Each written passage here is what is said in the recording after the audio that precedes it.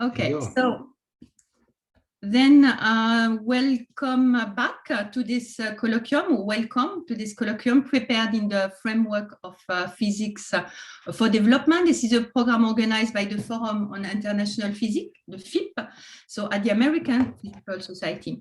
So first, I will introduce the member of our FIP panel. So my name is Christine Daur. I work at the European Spallation Source in Sweden. I'm the vice chair of the FIP. So we have with us Luisa Cifarelli from Bologna University, who is the past chair of the FIP and the creator of the Physics Matters series. So Joe Niemela from the ICTP, who is the FIP vice chair, and Alan Hurd from Los Alamos, so the current FIP chair. So Marilena Longobardi could not meet us, but then she's the newsletter editor, and then we have quite a lot of presentation as well from the web where you can follow up. So this FIP team has the honor also to be back in Jordan, so with Professor Andrea Lausi, so the scientific director of SESAME, who is co-hosting this event. So the purpose of our FIP program is to reach and engage developing community and inspiring physicists towards more topics of interest. So we want to promote international collaboration. We want to engage everyone who is driven by curiosity to share knowledge, especially supporting international engagement among young scientists, young students, early career physicists. So using science as a vector to transcend boundaries, so gender, religion, politics, but also this is the responsibility of scientists. So this is why we have chosen this arena, the SESAME. So what best to be in this place as a melting pot for all those different convergence. So every month we're setting the scene mainly across the Middle East, like so now in Jordan. So last month we have discovered Pakistan. So we were in Islamabad, so with Professor Hafez Orani and Rodlin. So connecting as well and learning more about the wildfire. So we will next month travel to Tel Aviv, so in Israel. Then we'll go to Iran, Egypt, Tunisia, and so today we are back to Alan. So indeed, last March 29th, so we have started so the 2021 Physics Matters series from SESAME, so where Professor Lausi had already set up the environment. So you can look at all those presentations as well on our website, the FIP website. So we had our guest speaker, so Professor Claudio Tunis, who transported us to the origin of mankind. So this was observed by light source and neutron source. So even if you had little difficult issues, so this is the live event, this is really a live event, but look at least at the 10 last minutes where you can see a full comprehensive explanation by Andrea Lausi about the SESAME research infrastructure. So today, Gihan will transport us to the origin of SESAME. So this is this enlightenment as well of culture that she will propose to us. So for the logistic, I just say a few words. So we have this Gmail address where you can send us any comment and question. You have the hand to wave, but then we would recommend rather to wait the end of the presentation for the question and answer. And now, so I leave so Andrea Lausi to introduce our guest star today. So with Gihan. Thank you very much, and thank you everybody in FIP for insisting in coming to SESAME, but at least virtually. Now everybody in this period is in his own or her own corner of the world, so being in SESAME or being elsewhere doesn't really matter. But it's really nice to host you here, and so. To introduce Gihan, I know Gihan since many years, but she is a brilliant Egyptian scientist who did her career in biophysics and obtained her PhD in Italy, in the University of Rome. Actually, she also was awarded a scholarship from the very same institutions I obtained a few years before, I must say, a scholarship to the Crystallography Institute of the National Research Council in Italy. And at a certain point, she did what I also did after many years. So she decided to come to SESAME. So in 2015, Gihan decided to return to the Middle East and to take the position of the beamline scientist of the infrared beamline. At that moment, there was no infrared beamline in SESAME. So we have here one of those fortunate cases in which the beamline scientist is also the person who has followed all the construction of the beamline itself. So which, according to, in my opinion, gives you a slightly better insight of what is being a beamline scientist, especially in a place where if something is broken, you will have to repair it yourself. And apart from this, apart from her the science that she is doing, Gihan is very well known all around the world. That I met her here and there for years and years, always being in a sense the ambassador of SESAME in many institutions and in many places where she made her voice heard about what they and now we are doing in SESAME, what are our values and our scopes, and to provide visibility also for women scientists in the Middle East. And I think that this will be exactly the backbone of what she will say to us today. Thank you, Gihan. Well, good afternoon, good evening, good morning to everybody. As Andrea said, gave some time to visit us even virtually. Some of you I saw in the list of participants, those were already here as users, and I hope to see as many as possible of you in person here in SESAME soon enough. Thanks to Christine, Joe, and everybody who's organizing this curriculum, and thanks to Andrea also for all these kind words.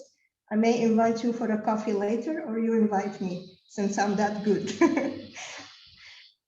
So I'll try to take you in a virtual meeting or a virtual visit to SESAME. I don't know how many of you have heard before about SESAME, but I'm going to give you an overview of SESAME as an official or professional point of view or fact, but I will also give you my opinion and my point of view, which is quite personal about SESAME and the topic of the talk, which is about another or a new adventure of the Middle East women scientists. And I'll take you in a quite relaxing adventure. So don't worry about science. I'm not speaking about science a lot in this tour. So this is one of the viral pictures that many of us have seen, either on Facebook or Twitter or anywhere that it quite captures the eye. So what about this picture is it's only one woman among all these scientists that we see in this picture, which is Marie Curie, of course, but it's something that brings questions to our minds. What's going on? Weren't there more women scientists at that period as brilliant as her, as clever as her, to be well known or to participate in such conferences? That was 1927, and believe me, since I'm already talking today, 15th of June 2021, about the same topic, that means nothing has changed a lot. So there are many changes, of course, but in the same time, the situation still captures the minds and still captures our eyes about why there are few women scientists. And I would just tell you something from the beginning, that it's not something about the women scientists in the Middle East alone, because I met many women scientists everywhere on the international level, and they were all speaking the same language. And it's about something like this. So it's not about being a woman in science, it's about being a scientist. So even the terminology also needs to be questions, and we need to stop saying, as far as I'm concerned, we need to stop saying women in science or women engineering. We need to say just women scientists. And to show you how far the problem is really famous, we have an International Day of Women and Girls in Science. I tried to look over the internet if there is something called International Day of Men and Boys in Science, but I couldn't get it. If you get something like this, please send it to me. So everywhere there is these pictures of the, and it's if I remember well, it's 11th of February every year that the world celebrates the women and girls in science. And because it's still very important and vital to understand what's going on, you will find a lot of books. Those are handling the issue and trying to explain what's going on and how to change the situation and how to advance more women and how to ease the obstacles and challenges that they face anywhere. And to show you that this is also reaching the level of girls and kids, there are also books about women in science for kids, not only for our level as adults, but also for kids. And what's funny is that you find something like the Mighty Women of Science, you find something like Wonder Women of Science. So it's something like as if you are watching a movie or a cartoon about women in science. And even more, you find books, something like Black Women in Science. So you see that everyone is trying to tackle the problem from a different point of view, which is, of course, it may appear as a funny point of view, but believe me, it's not. If I pick your attention to something like this, that means that there is a problem and we need to know how to solve it, and we need to understand how to overcome it.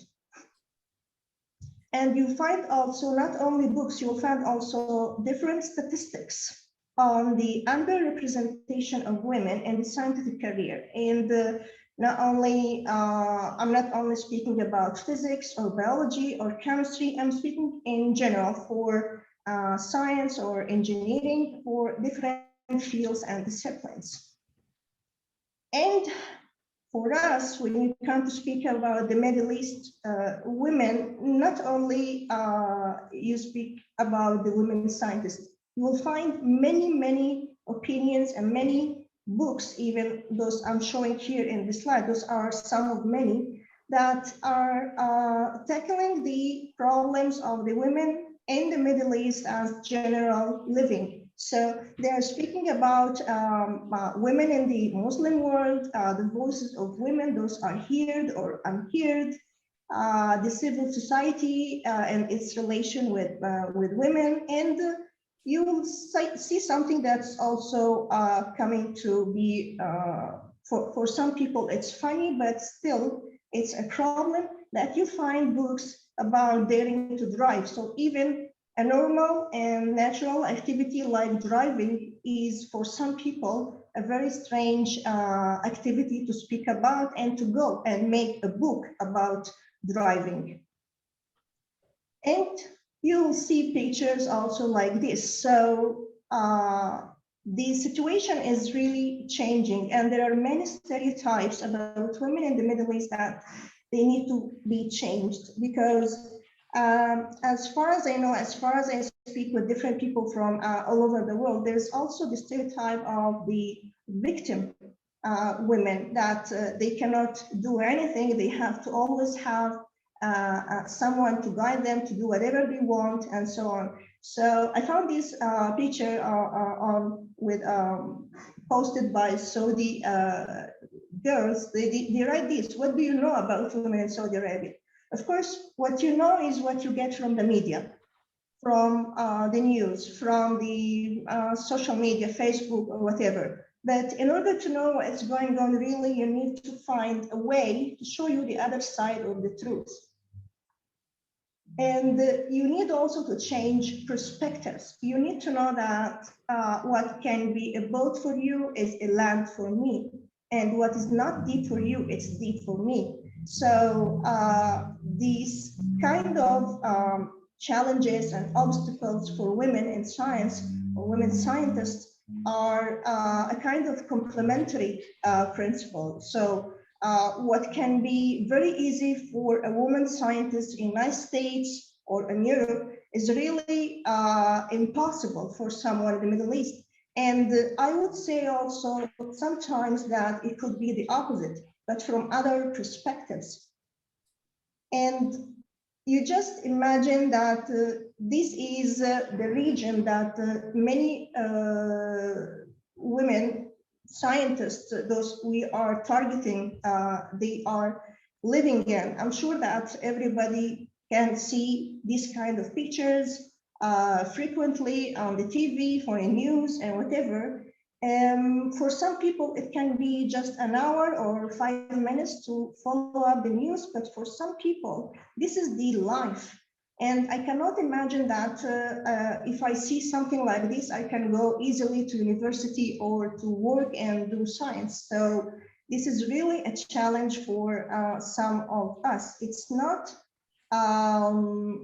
extrapolated for all the region, but I would say that if something is happening like this, we should be all concerned. And in these situations, you see also pictures like this. Someone is running with a child, someone is running with a dog. So what's happening here is that you are saving whatever you can save. You are saving what is precious for you. So I would say that SESAME is something that we carry on as our precious thing in such situations of despair and hopeless activities and difficult life, and I would say not difficult life. Sometimes it's horrible life, but I would say that it's a ray of hope that we are all following in time of despair. And I also found this map, and sometimes I put it in some presentations for a new audience, that when they ask, what about the Middle East? Well, actually, this is the Middle East. I don't know who is the brilliant who drew this map or followed who's doing what with whom, but this is kind of true. And this is another way to explain to you why sometimes it's really difficult for not only women actually at this stage, only also for men that to do science and technology and to be as advanced as the other sides of the world. Well, these people have other things to care of.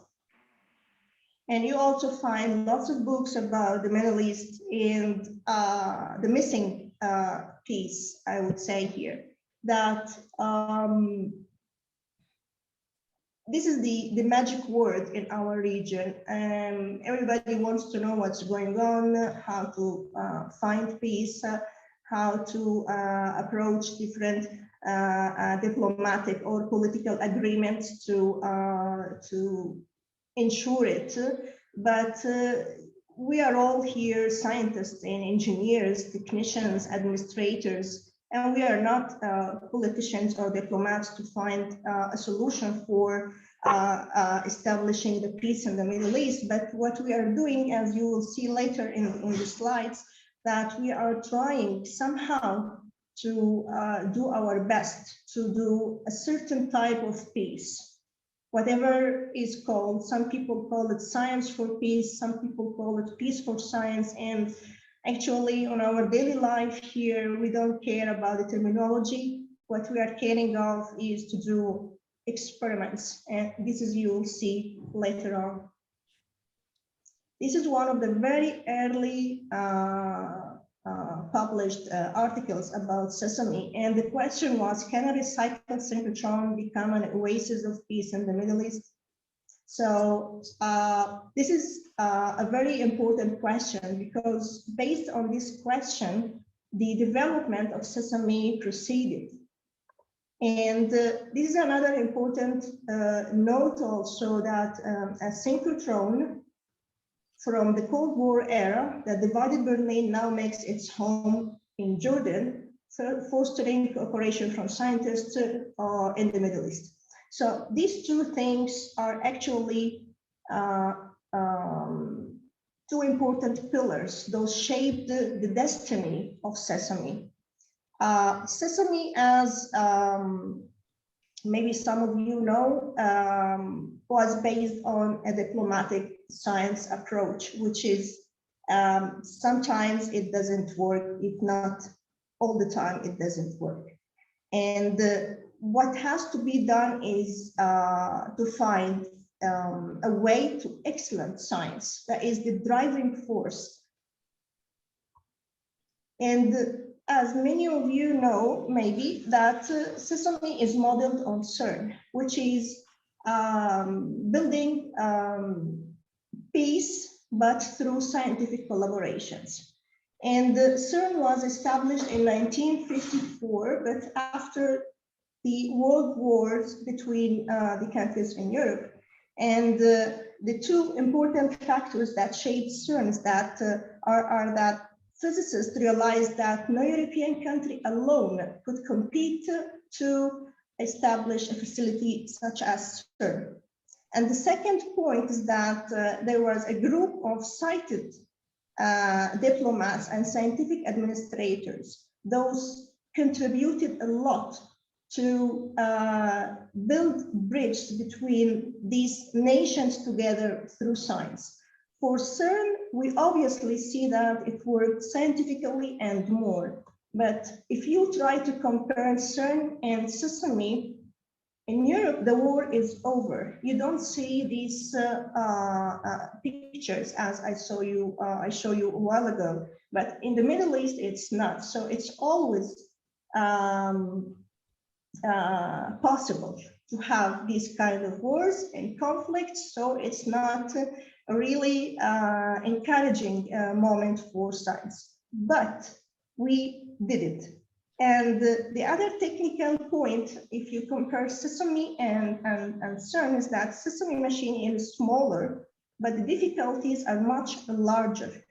And of course, you are asking, why do we try to do something like this if we have all these conflicts and disasters and despair in the region? It's because, of course, there are kind of hopes, because there are many people in this region, those are still dreaming and hoping to be advancing in science and technology as the rest of the world. So the former objectives of SESAME are basically three: to foster the world-class and basic and applied research, development of high-tech industry, to address the regional and global concerns for different fields such as biomedicine, environment, cultural heritage, and so on, and also to reverse the brain drain in the Middle East. If you speak about, or if you try to understand better about the brain drain, you just know that you just look at this map also. And the map confirms that the low and the middle income countries are the most severely affected by these brain drain. So in our region, everybody is trying to escape. Everybody is trying to travel to find a scholarship, a fellowship, anywhere in the world, but not in the region, for different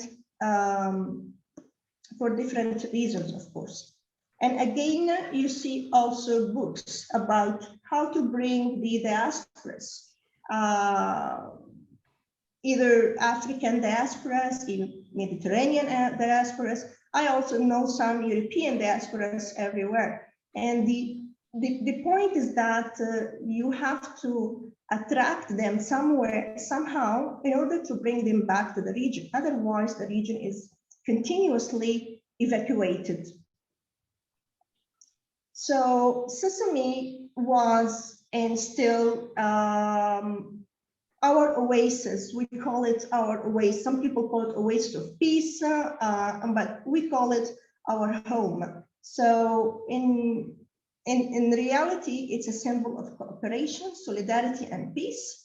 And if you are well informed about synchrotron facilities, there are kind of 60 facilities all over the world. But before SESAME, as this map tells us, in the Middle East, there was nothing. So SESAME is the first third generation synchrotron facility in the region. And this is exactly where we are located. We are in the middle of the Middle East. We are in the heart of the Middle East. So you see where we are and how we are surrounded geographically, just to know kind of how challenging it was to have SESAME in this location. So if I take you to the first early history of SESAME, it started, let's say, 1989. Of course, it was not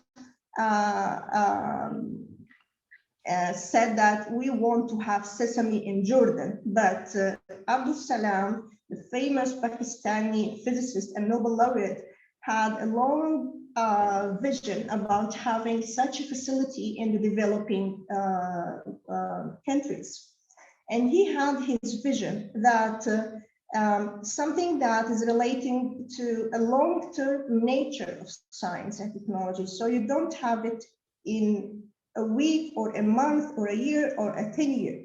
So what you will see now is that SESAME started as an idea to have a synchrotron in the Middle East, 1989, and now we are in 2021. And in that 1989, Abdul Salam said, okay, the year 2000 will be a good year to aim for if we start today.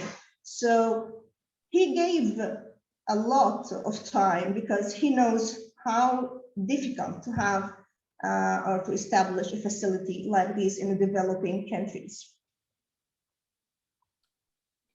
And of course, it started with a thought from Abdul Salam, but there were many key players behind the origin of SESAME. How this journey started with just this ship leaving Hamburg Harbor, and which is now the place that I'm giving this talk from, or the place where we are now.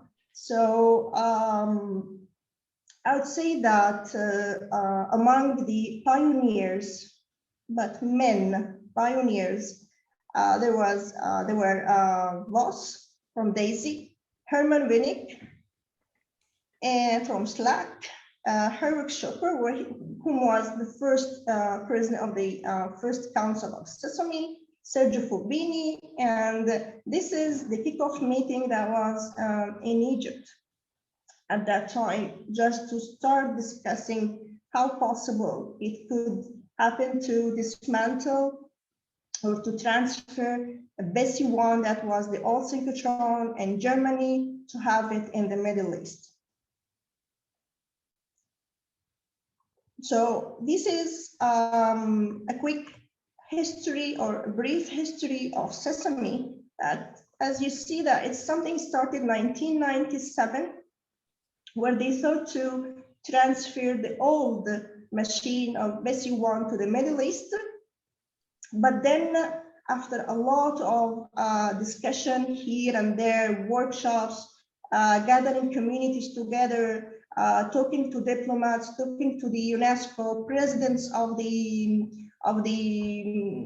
countries in the region, it was a very dramatic change that they decided eventually to build a completely new accelerator. So yes, we are still using Bessie injector, the old one, but the decision was to completely have a new accelerator ring that is of energy 2.5 giga-electron volt instead of the 0.8 giga-electron volt.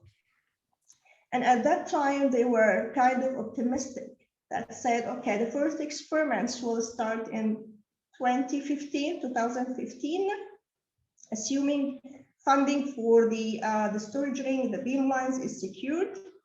But this 2015 eventually got to be 2018, where we started our first experiment, where we started the scientific program of SESAME using the first operational beamline that was the exact X-ray fluorescence beamline.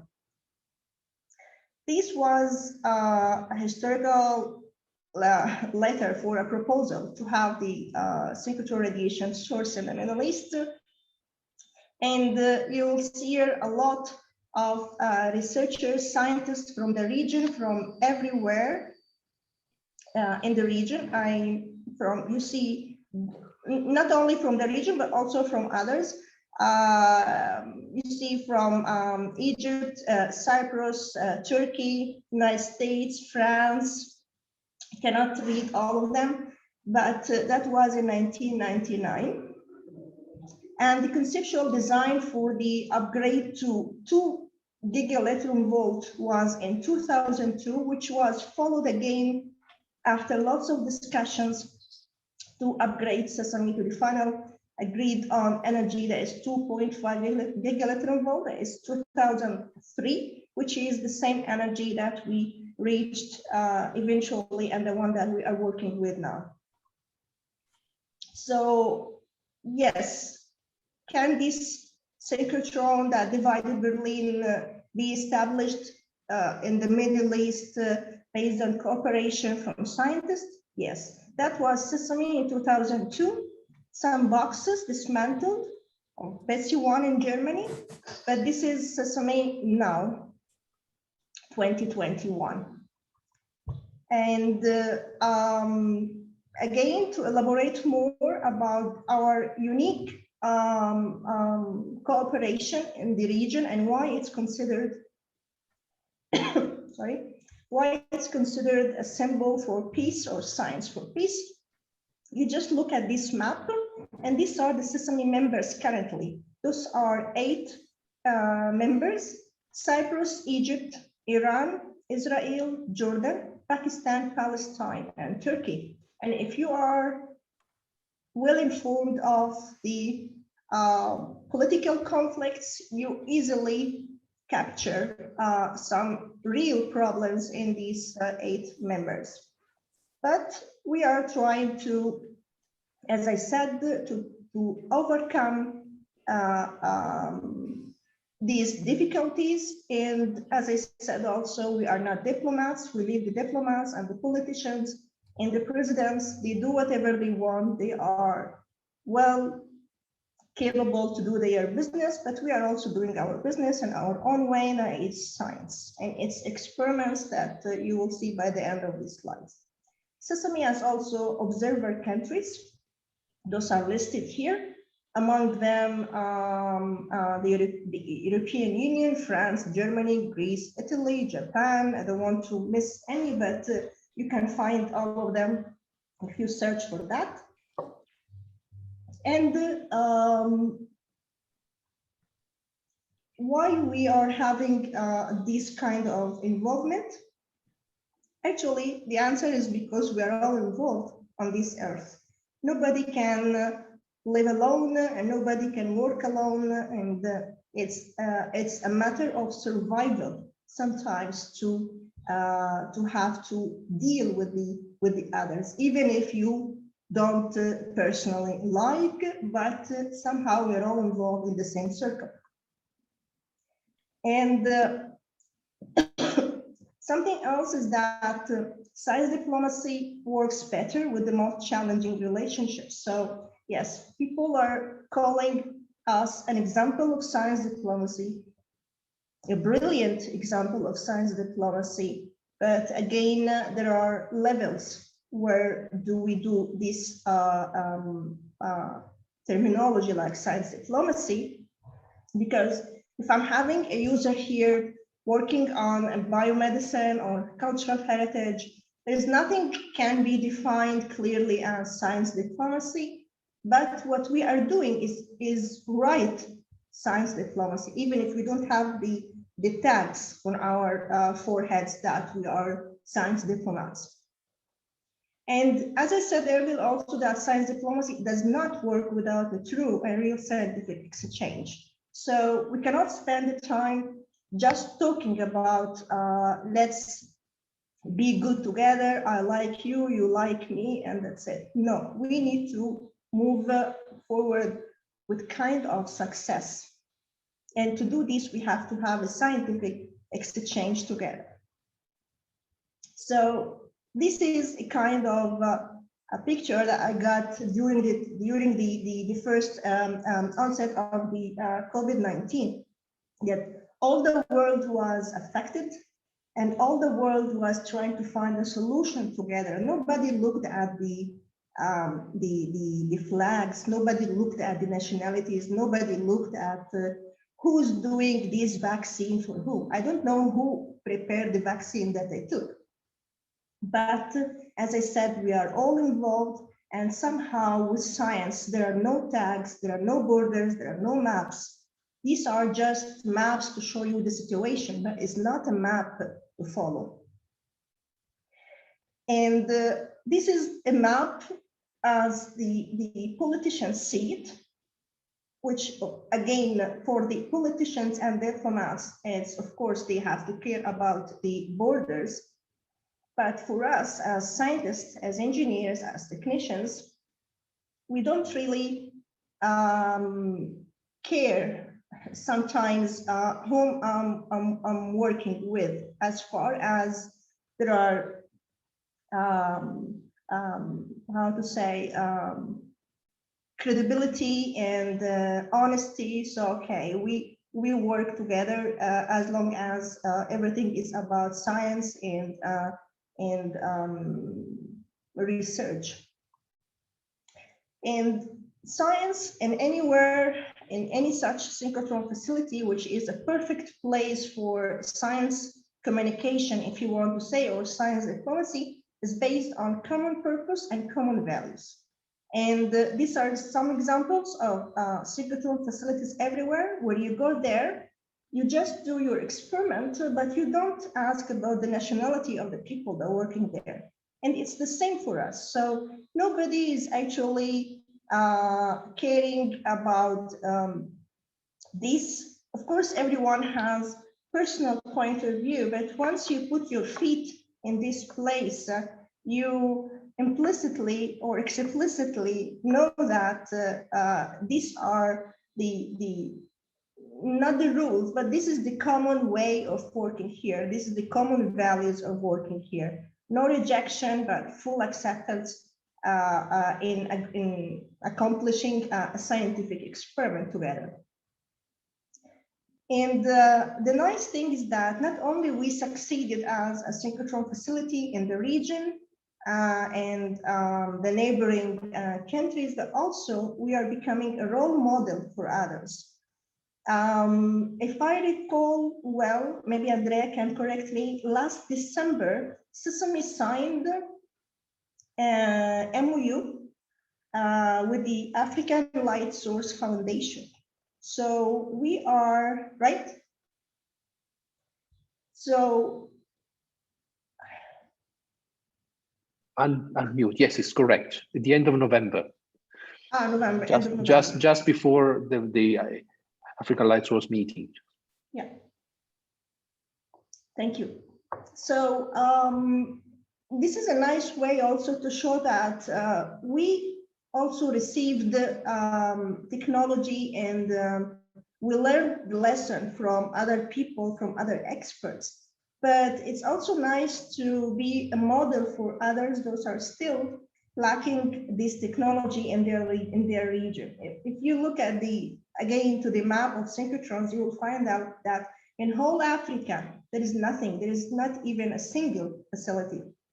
So we are towards having African light source. Some of us at SESAME are involved in this, which is becoming a real, how to say, we feel happy that we are doing this.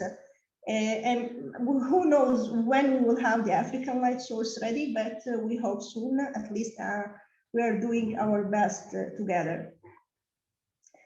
That was let's say, the first ceremony of that happened in the history of SESAME, to my knowledge.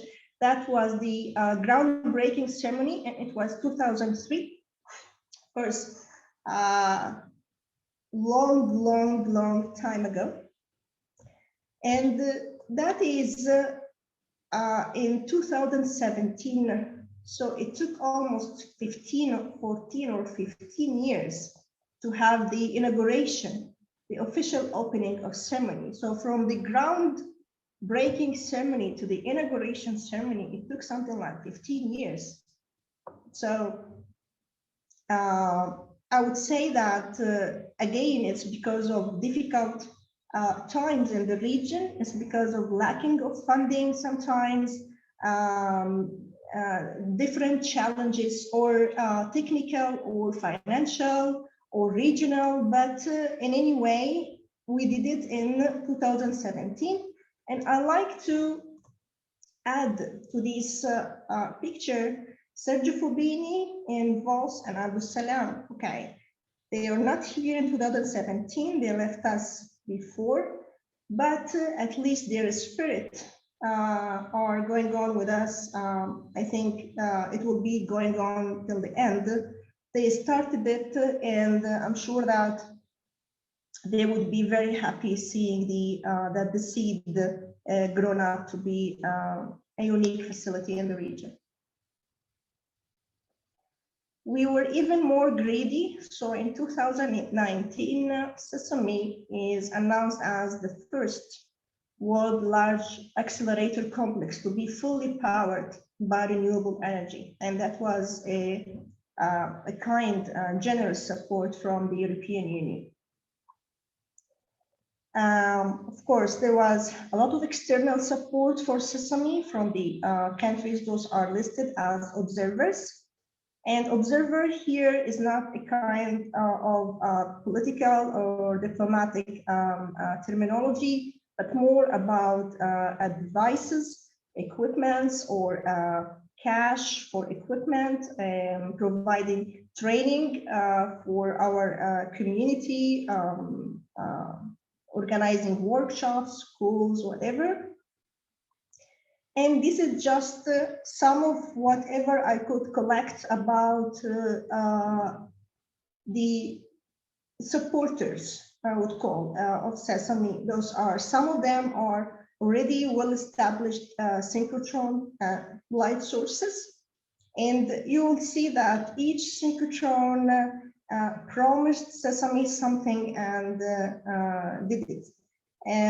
There are also the UNESCO support that is still ongoing until now, CERN, ICTP, and a lot of scientific bodies. One of them is, of course, APS. So we pay a live thank you to APS for its continuous support.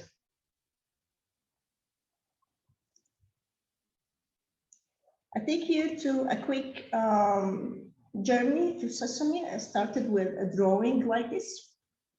That is the groundbreaking ceremony in 2003. And the site preparation started. Since then, you'll see the dates at the bottom of each picture, until we had the building in 2008, then starting the building of the shielding wall of the accelerators, 2010.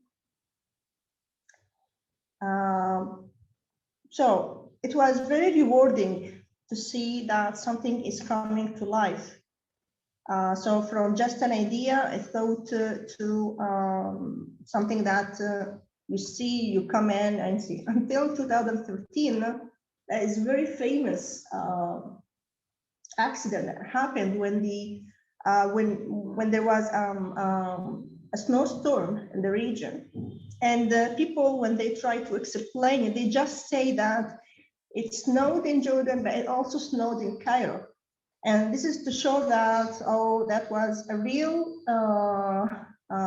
disaster. And you see here, the roof of the building collapsed. Just was a stroke of light that a crane here held the roof not falling completely on the shielding wall. And here there were some components are still in the experimental hall waiting for test. But a new roof and another adventure of SESAME, we started to build a new roof in 2014. And this is how SESAME looks like now. So if you see SESAME with a picture of SESAME with a blue roof, that is the old one that collapsed, right? Hopefully the one that we are having now is perfect. We tested it along a few years, and even when it snowed, we are perfectly fine so far. Then after having the building ready, started to assemble components. And you see that even the small steps for any synchrotron facility, for us, it was considered as a milestone. Here's the storage ring. The components started to arrive. And this is something that I also show as, I call it science diplomacy in action. And what you have here is that this is one of the 16 cells of the storage ring of the main accelerator. Sorry, that just in one cell, you see Cyprus, Pakistan, Turkey, Germany, UK, France, Spain, Italy, Switzerland, Israel, and a SESAME engineer is working on that in CERN. So if I want just to, if someone wants to understand what do you mean by science diplomacy, just look at a slide of this kind. So I would like to just point out that having a facility without community is a waste of time. So knowing from the beginning that it would take years to have SESAME ready to host users, and starting from the groundbreaking ceremony in 2003 until the official opening in 2017, there was a lot of work that had been done. So with the help of our supporters and people of SESAME, a lot of activities took place, like organizing schools, workshops, visits to already operational light sources. And that was a very important step, because some people say, well, like, what was the point of doing all these things, and why didn't you wait until you have the facility ready? But actually it worked the other way around, that building a facility proved to be, okay, it takes time, but all in all, it's a matter of time. But to have your community and to attract them, it was kind of difficult. So SESAME people worked in parallel. Some people working for the facility and others were working for the community, and it paid off at the end of the day. This is some just statistics. If you want to see, our users meeting started, if I remember well, 2003. And you see that year by year, the number of participants in our users meeting were increasing. Of course, I stopped doing these statistics after that, because we're almost having a saturation. So we're having a kind of maybe 200 plus registered to attend the users meeting, and then maybe 60 or 100 attend eventually at there. But that was a really good sign that even before the facility becoming ready, that means a lot years before SESAME became operational, people of the region, and not only of the region, if you follow all these country tags, you will see that there were people from everywhere actually. They were supporting and had the interest, strong interest to attend to the users meeting. And after the, whether during the construction of SESAME or construction on the beam lines or activities or workshops, users meetings, it was very important to, as I found it expressive here, quite the chaos of the world around you. And this is what we did actually. So every one of us was focusing on his or her own business, and every one of us was working in a line. So our directors were doing their job, our technicians, our engineers, us as scientists, administrators, everybody, service groups, everybody was doing a particular job, and we succeeded together because at the end, this is a synchrotron facility is not a one-team show. It's not a one-man show and it's not a one-team show. It's complementary work from everybody in the facility. So this is a layout of SESAME as an accelerator. I'm not going to go into details of synchrotron or the science behind that, because this is not the topic of the talk. But just to let you know that SESAME is composed of 3 accelerators, and we have here what is called beam lines. And so you have at each port of the storage ring a beam line. So you have the exact X-ray fluorescence beam line, material science beam line, and IR at the other side of the ring. And these are the 3 beam lines. Those are operational so far at SESAME, and under construction now, and will soon be assembled at SESAME. 2 new beam lines, one for small angle soft X-ray spectroscopy, and the other one is for tomography. One is called HASEP, and it's a collaboration with Germany. And the other one is called BEATS. Maybe you'd like to go on our website or internet to Google it more and get more information. It's for tomography, X-ray tomography studies. So as I said, the synchrotron, which is the main purpose of experiments here, or the why the users are coming here, is to use the synchrotron radiation, which is basically electromagnetic waves emitted by charged particles that are deviated with a curved trajectory, a speed close to the speed of light. And this actually opens a spectrum of opportunities. This gives a synchrotron radiation unique properties, and also we can use it in a complementary way that for the same study, you can use infrared and you can use X-ray. So this is something I will show you also in one of my slides at the end of the talk. This is the first operational beam line. That was the exact X-ray fluorescence beam line.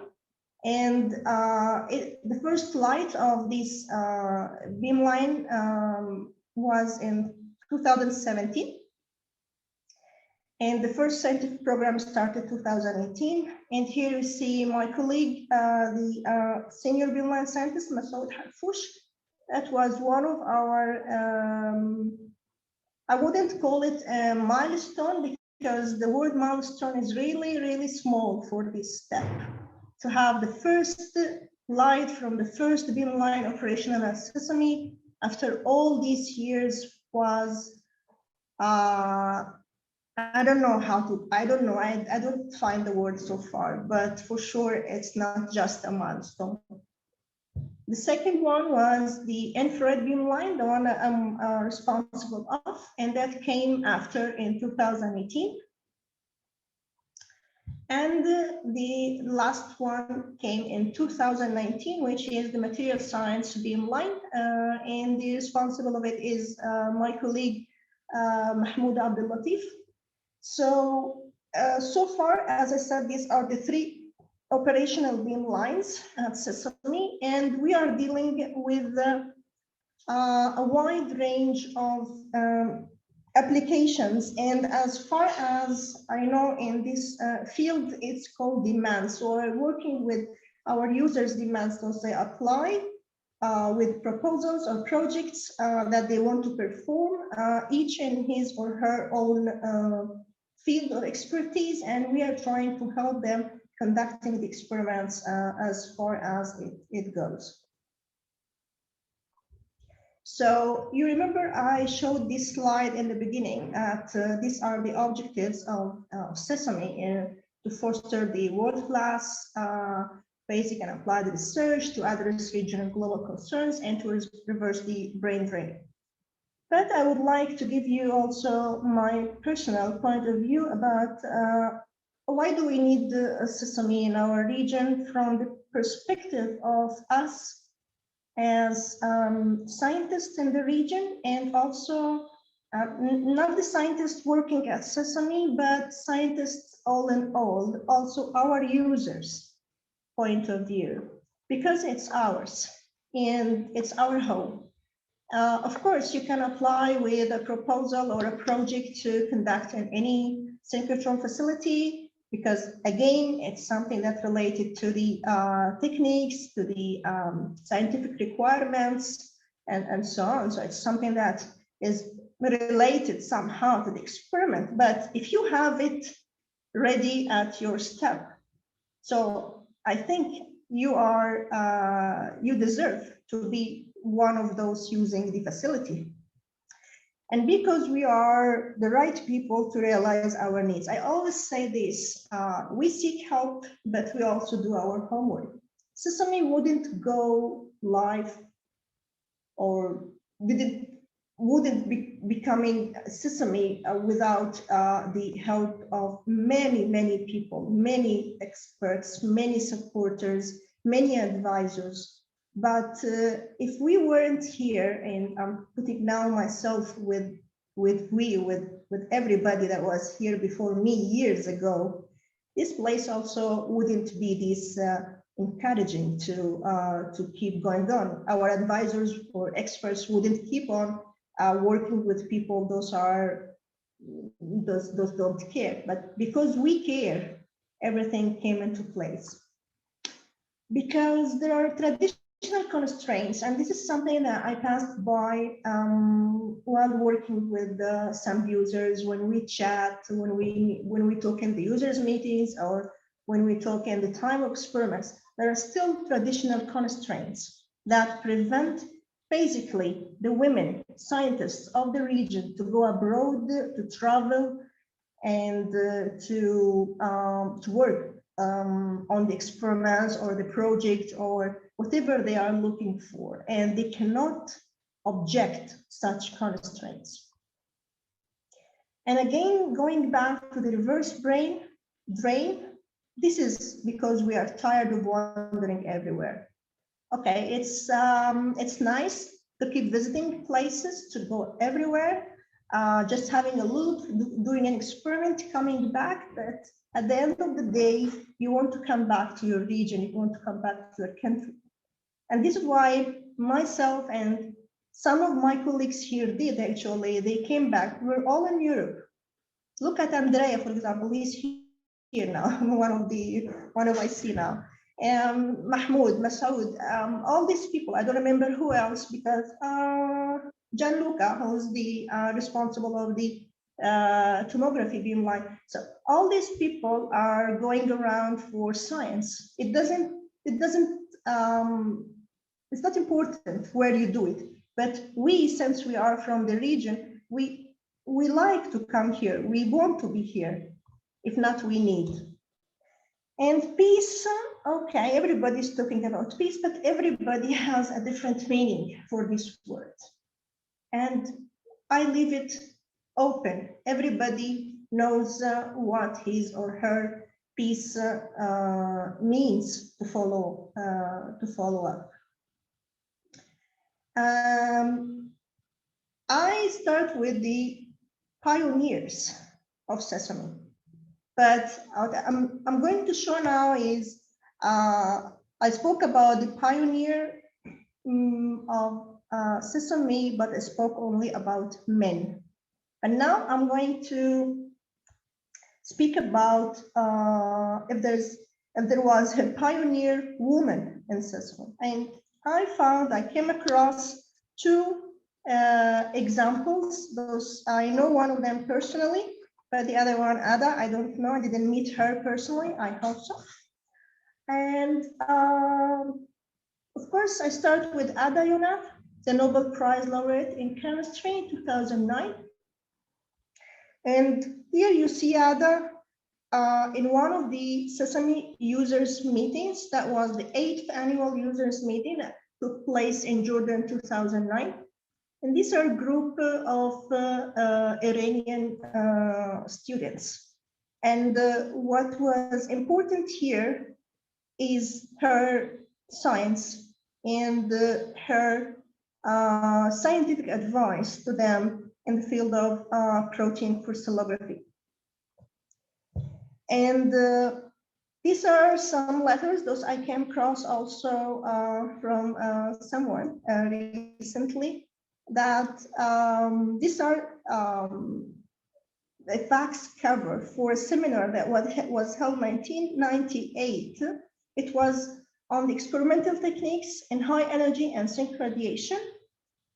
And you see all these people gathering together in one place to try to find a way how to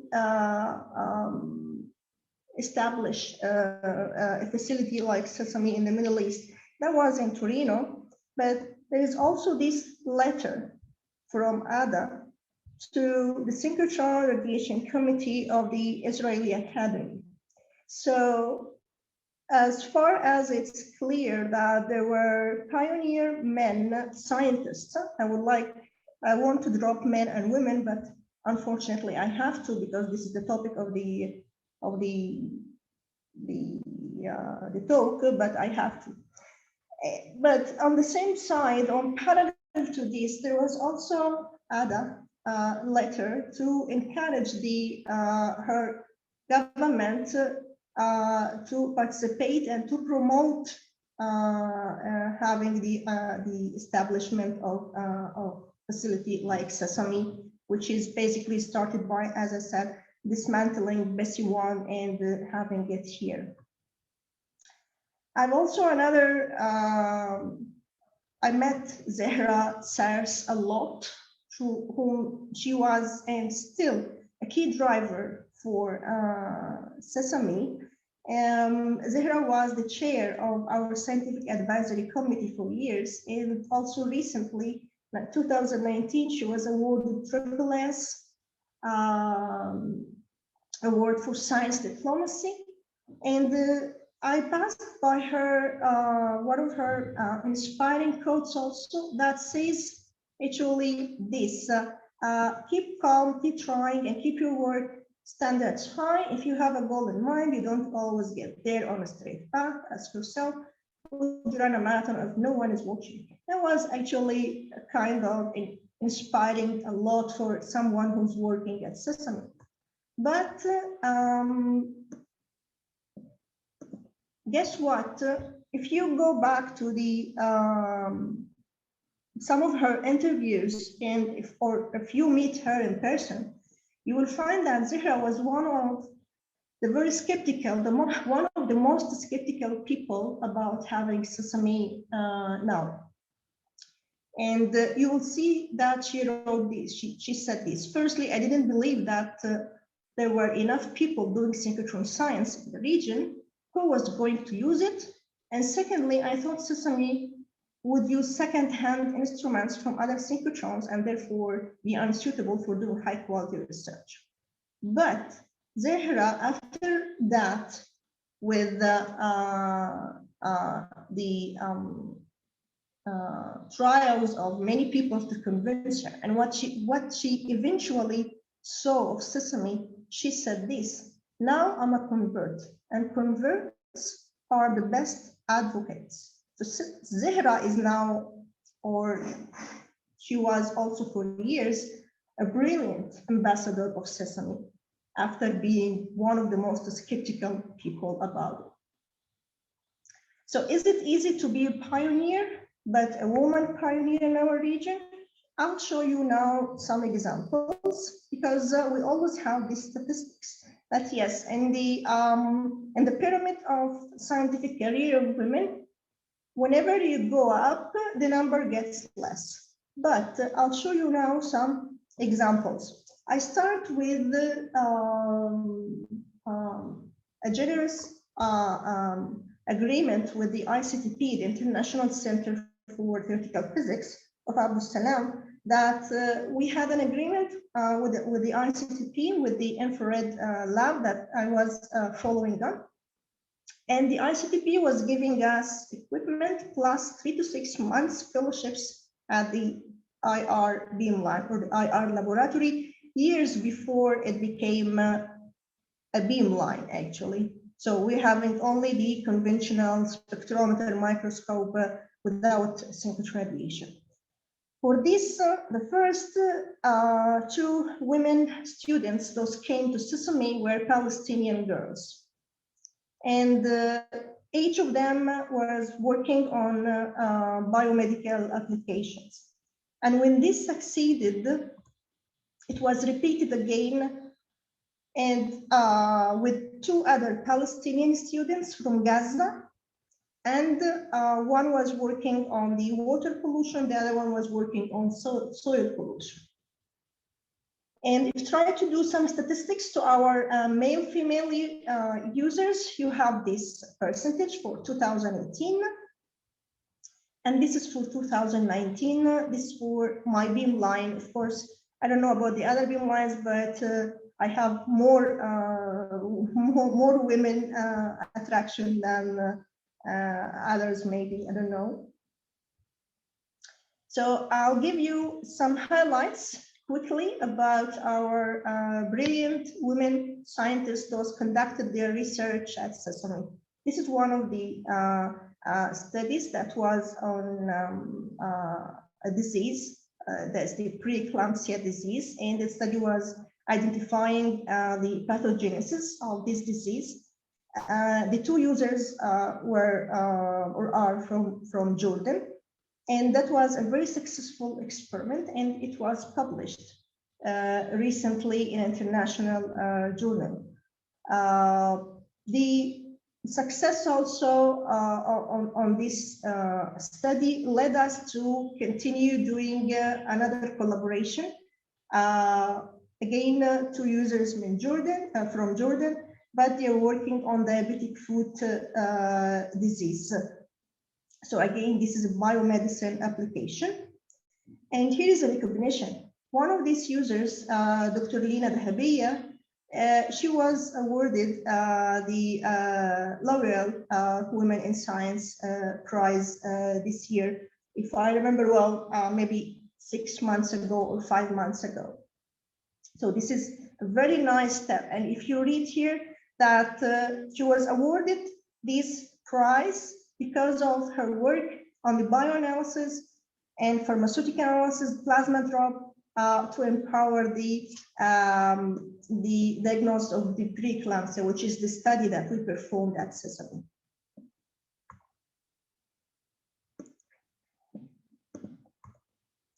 This is another study by Egyptian users, and it was on Alzheimer's disease, again, biomedicine. And also this study was on the infrared beamline, and it was also published in a highly reviewed international journal. And again, two women scientists working in pharmacology from Jordan. They were working on insulin nucleoacid buccal films. And also this study was recently published. Another study on breast cancer. One of the two users were a woman scientist, and we are working now to finalize this publication. It was the first study to be conducted at SESAME on the single cell biological level. This is a study from a user from Iran, and we were characterizing the textiles of these salt mine mummies. Those were found in Iran in 2010, and working on these dyes of these textiles. This is something I call women empowerment, because the person you see here, she's Mariangela Cestelli-Guidi. She's the person that whom I worked with her before coming to SESAME, and she's already a beamline scientist in Italy. So she already has a beamline. But what was nice in this sense that she applied for SESAME to use my beamline, and that was a kind of nice scientific exchange. She didn't need infrared because she already has it, but the scientific exchange working on a different instrument, a different machine, different accelerator, gave us a way to collaborate. And also this publication was accepted recently, and we are waiting for the final format of it. Another two users from Iran, Maida Darzi and Victoria Beltrer. And this shows you also the international level of cooperation and empowerment between women scientists in the region and with others also. So we had this interesting study on ancient Quranic manuscripts, and we are still working on the data analysis of this, but I hope soon that we will get it published. This is one of our also nice, interesting experiments that was conducted maybe, I think, 1 year ago on the IR beamline. It was on Egyptian mummified head skin, the one that you see in the slide. And the users were from Greece and UK. So both were not from the region, but both wanted to conduct the experiment here. And this study was published just last week in, again, a very respected international journal. It was one of the studies also on Petra. If you haven't come to Petra, Petra come to you. So we worked on Nabatean wall paintings in Jordan. And again, you see international level of communication between the women scientists, one from Jordan, Maram Nas, and Rebecca Tahrani from Germany. This is one of the most, I would say, famous collaborations of this group in SESAME. So we have the group leader, Kelsey Lawrence. We have also her group, whom are all women scientists. So they're all archaeologists working on ancient human remains, bones, teeth, hair, skin, whatever they can find in the tombs of the mummy, well, excavation, they bring it to SESAME. So we have a long, long collaboration with this group, and not only on the infrared beamline, also on the EXAF6RF beamline. And this is when I mentioned that we can do complementary studies. This is an example of this. So again, they're doing their experiments with my colleague Masoud Harfouch on the EXAF6RF beamline. And this is another group at the EXAFs with a Pakistani group. Again, you see here Naila Jabin, the group leader, and again with her students coming to work at SESAME on the sustainable energy system or the green energy. And this is from Jordan Nof Mahmoud, was also working on delivery agents for cancer treatments. And what is also nice is that also Nof was recognized by the L'Oreal UNESCO Fellowship for 2019. And the last example is shown from the last operational beamline so far, which is the material science powder diffraction beamline on climate change control. And I would say that this is a student, Mahmoud Al-Ghorani from Jordan Royal Society.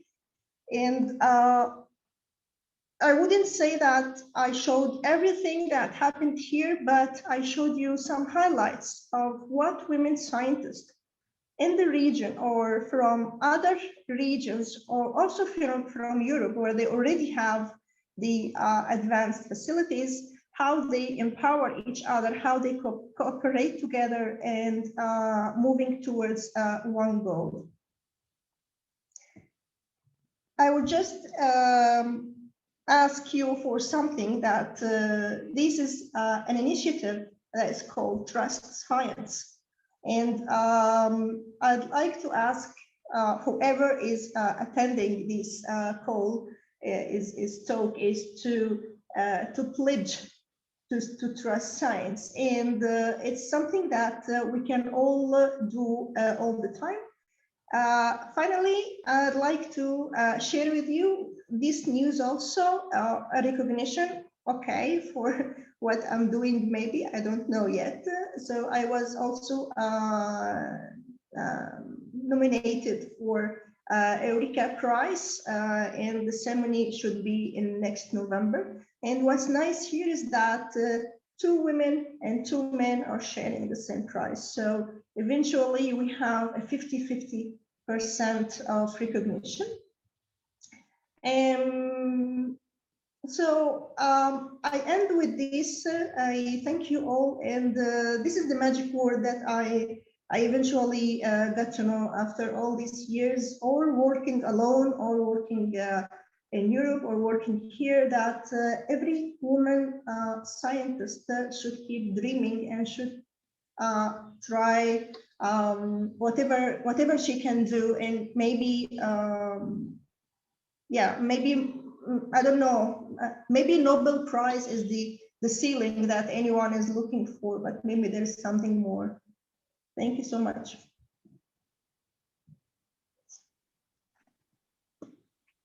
Thank you very much. Yeah, that was a very exciting presentation, going to the origin of everything. So very interesting. So we have now maybe 2 sets. So one set, which is a question and answer, and we see that we have quite several of them. And we would like as well to find a way to engage, because we have a forum of international physics. So it's kind as a forum to be able to discuss as well. And just maybe quickly to introduce as well the member of the panel that we have here. So we have the honor to have Zafra Lerman with us.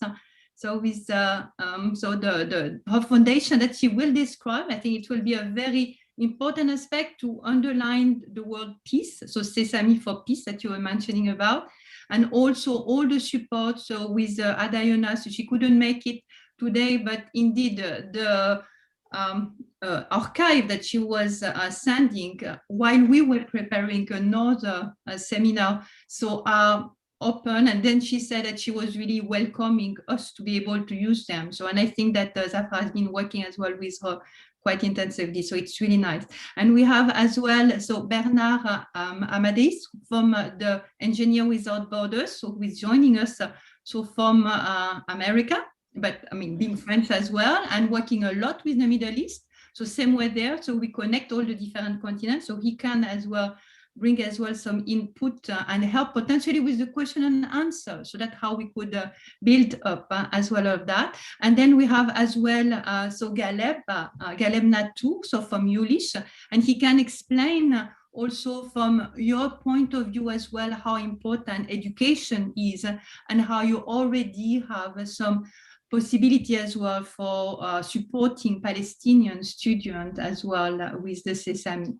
And of course, we have so our panel that I was mentioning earlier. So with Joe Niemela, with the ICTP, so a pile of knowledge that could be shared as well. And Alan, who had the possibility, so Alan Hurd, to connect as well with us from Los Alamos. So thanks a lot, even if it's still very early morning for you. So sorry for that, but Alan will also get the possibility to discuss a little bit same way for physics, science, and peace and human rights. I would say maybe the Sakharov celebration that we had in the framework of the APS. Fortunately, Louisa had to leave us, but I think that it gives us the possibility to, encourage people to first have more questions if you want, and then with Andrea to start answering those that are on the question and answer place. So then, Andrea, if you want to potentially read the question, or if you want that we help you. Yes. So the first question is from Samia Shafi Kadu. Thank you for your presentation. I think it's a good example for South initiative. Greetings from Tunisia. Then, after these compliments, there is a real question. In terms of scientific cooperation, and this is Mirabat Samshad asking, what opportunities does SESAME offers for citizen science?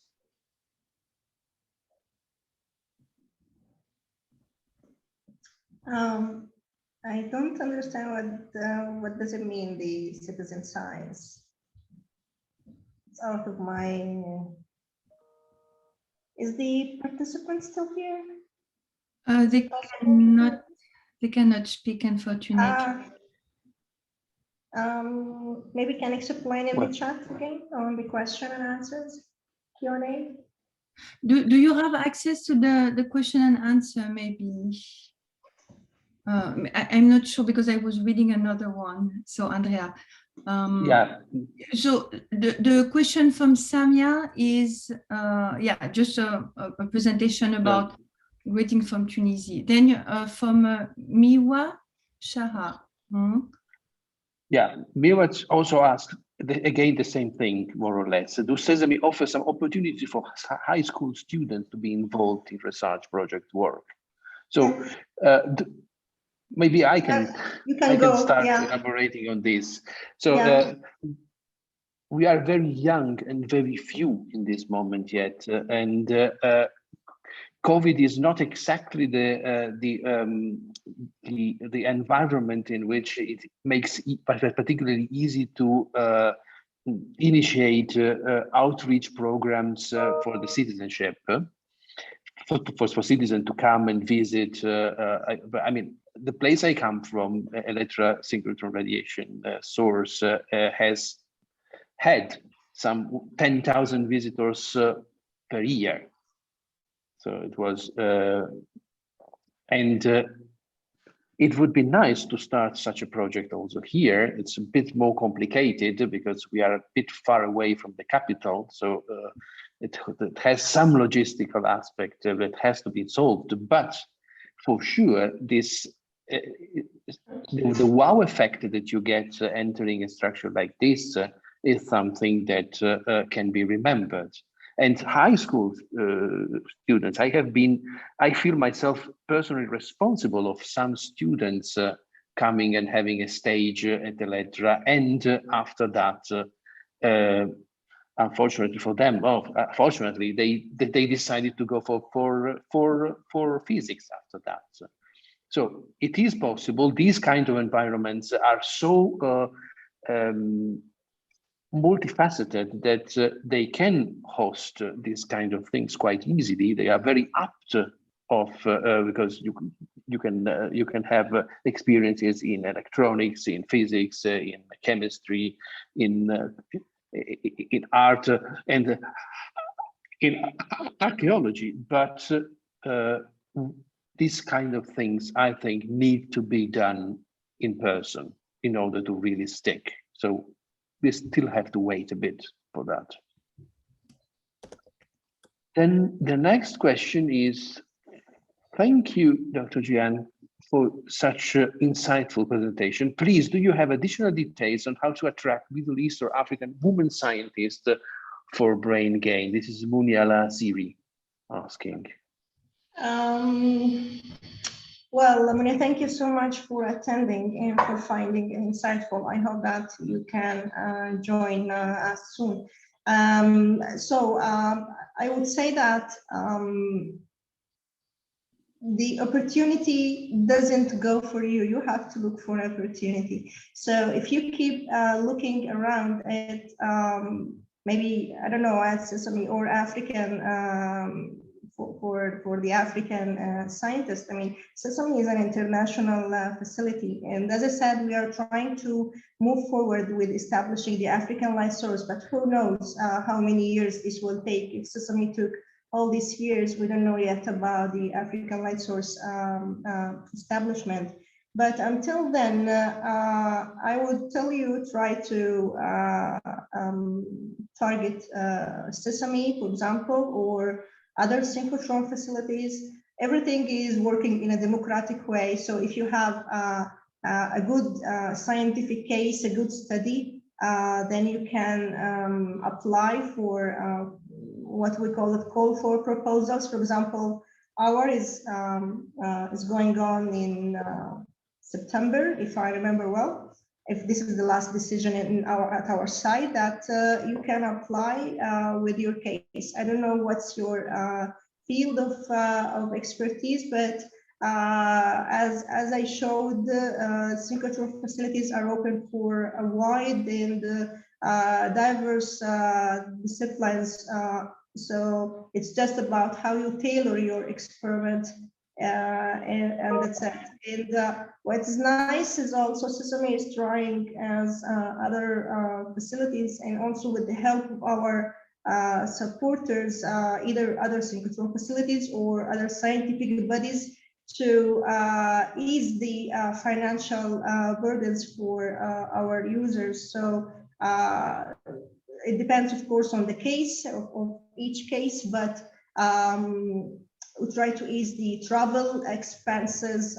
We have a super guest house. Some people say it's the best in all the synchrotrons. It was a nice gift from the Italian government. And so we try to afford or try to help as much as we can to gain the brains, not to go far away, but try to target us. Try with us first. And I take the opportunity, maybe, Gihan, just to mention that Numia is really the spokesperson somehow with the African fundamental physics application for the school. And she's really as well representing the young African scientists and physicists. So remember this name, because she's very dynamic and as well with the African strategy. So she's really helping a lot with Ketavir Samagan to push in those directions.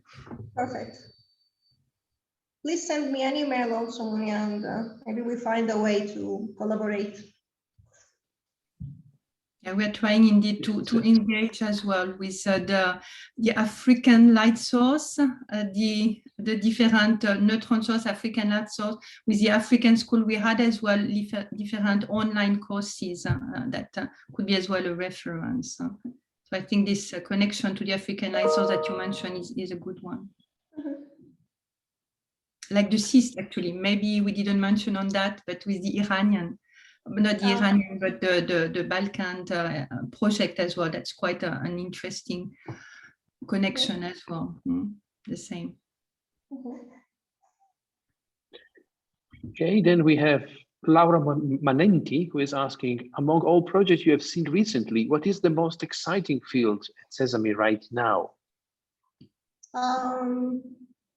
Well, I would say that the most two exciting fields right now are those are related to life science, basically biomedicine, health care, and this pharmaceuticals, drug design. and also the cultural heritage bioarchaeology, since our region is full actually of lots of treasures. So as I said, I'm Egyptian, and I worked on an Egyptian mummy brought by Greek and British users. So I mean, working in a synchrotron is really interesting, but the most exciting fields are if you're working on human remains 5,000 years old or something like this. There as well, Andrea, we will Good. call the presentation for the paleoanthropology, the presentation that we gave already in the physics matter. Yes, the previous one, yeah. It's a very nice YouTuber that can interest a lot of persons. Okay, and then finally, the last is Galileo Violini, who says, I asked by chat, should I repeat it? And I don't have access to this chat. Chat. Indeed, there was a question of, maybe I can look at it. 2:49 p.m. If you go by time. Exactly. Jo, do you want to read it, maybe? Okay, I'll read it. You have it. Assuming this is the only one. So then the Yerevan meeting, Yerevan, I guess, in 2000, there were also Greece and Armenia. Greece is an observer, Armenia disappeared. In the political framework he presented, a stronger involvement of them could have been desirable. Any attempt in this direction? I guess that's a question. Second question, how much is Jordanian investment and current commitment? Well, the first question is semi-political, so I leave it to Andrea maybe. I mean, Greece is an observer, yes, but I don't know if Armenia was there. I mean, maybe it's there, but it's out of my knowledge, I'm sorry. But what I can say is that SESAME is always open to new memberships, to new members, to new observers. I don't know particularly about Armenia, but it will be, I think it will be a nice thing to do. About the second question, which is how much Jordanian investment and current commitment, I just start by saying that Jordan is the country that was committed since the beginning to get the construction site. So SESAME, this area where we are was gifted by the Jordanian government. Of course, there's annual investment or annual commitment, annual contribution from each member. But Jordan, I also leave it to Andrea, but Jordan is one of the top countries those are heavily, extensively investing in SESAME, either in services or in cash or annual contribution. Maybe Andrea wants to elaborate. Yeah, about the first part, we are continuously seeking ways of introducing ourselves to countries or return to countries and have people involved and starting maybe from having users. We had in Armenian,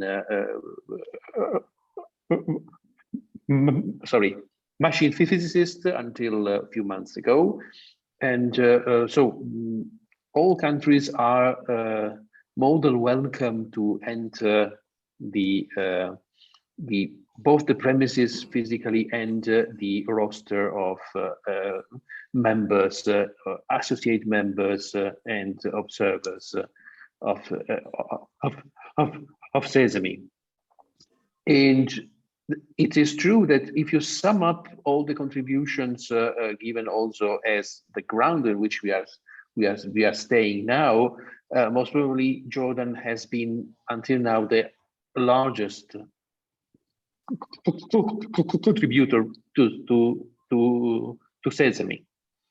So it has been quite essential. And it continues to be. Yeah. So they are full members, and they are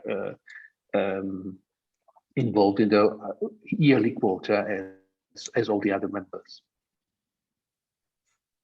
In the same topic, so we have a question from Kayode Oyedesi, who is asking as well for collaboration with the African region.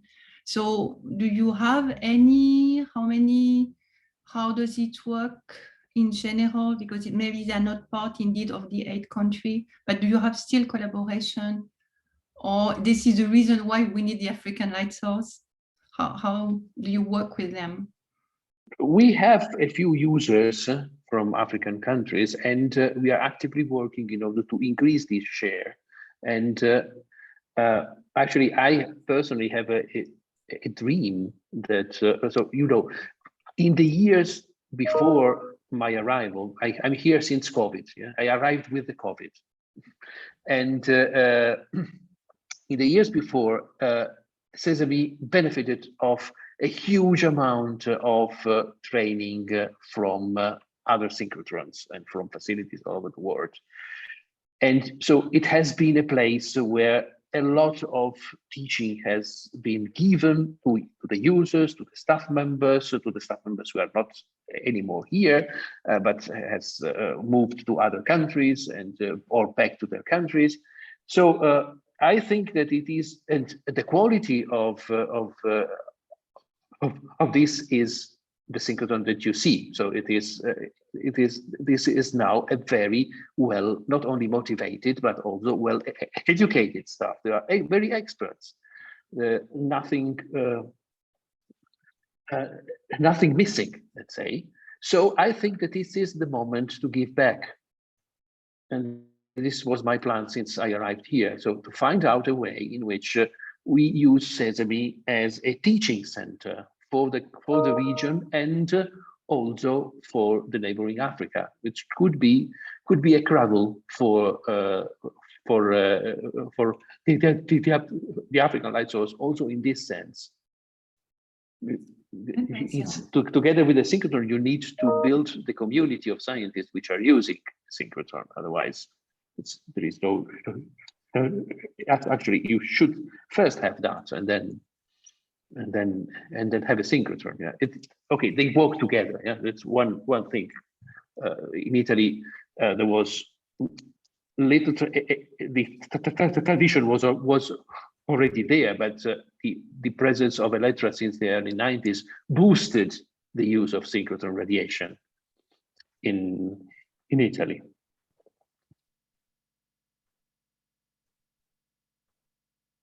So Joe, you want to speak? Go ahead. You're muted. You're muted. You're muted, Joe. You're muted. Okay, no, sorry about that. No, I was just going to remark on that Brazil, at one time, the same argument was used. There's no user community in Brazil, yet now it's a powerhouse, really, regional powerhouse in synchrotron light. So at any rate, it's, and the same thing was said of the African light source. It's always said, and it's, I think it, like Andrea said, it goes together. Sort of like the baseball field, you build it, people will come. But at any rate, yeah, that's the only point I wanted to make.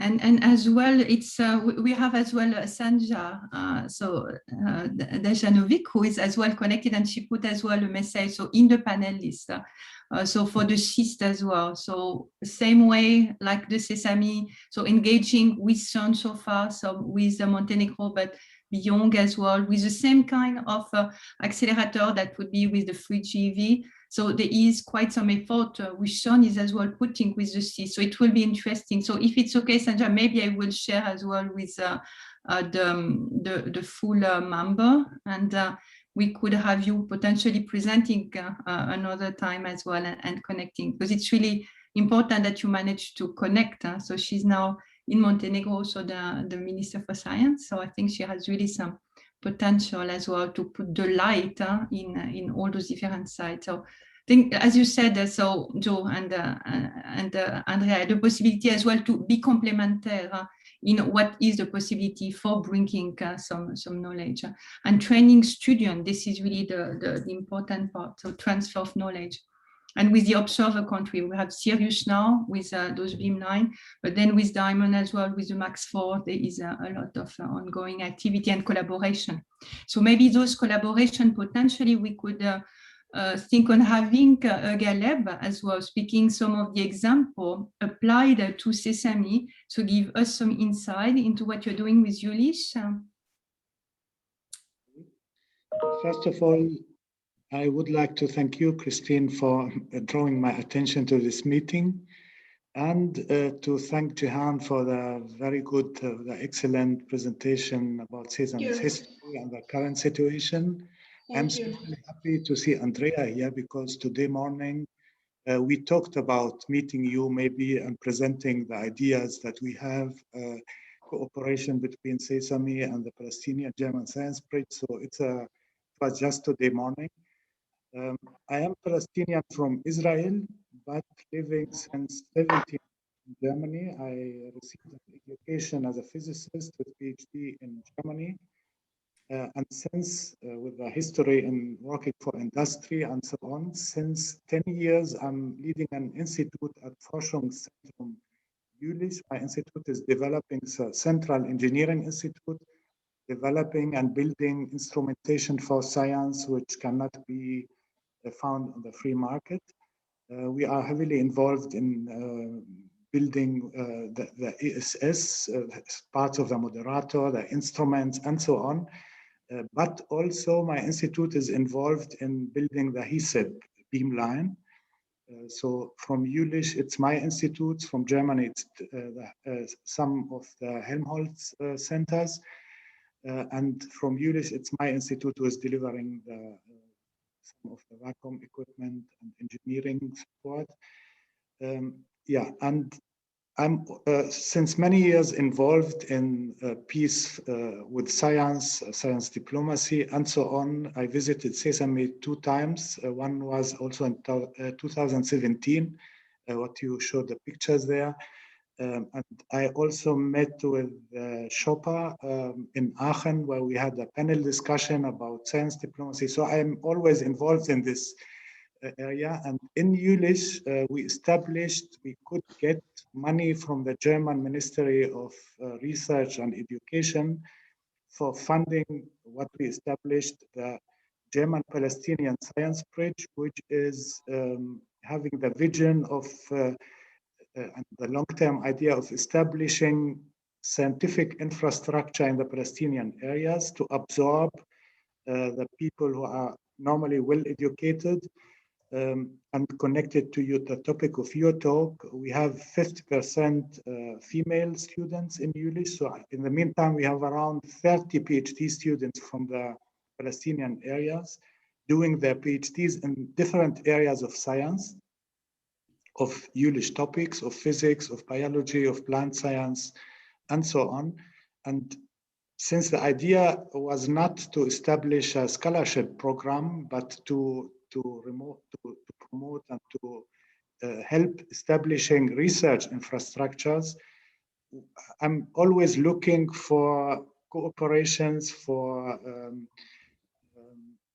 structures that can be built, that can be developed between SESAME and Palestinian universities and research centers and so on, to absorb these people, to be able to build in the area some environment where people find enough room for experimental work.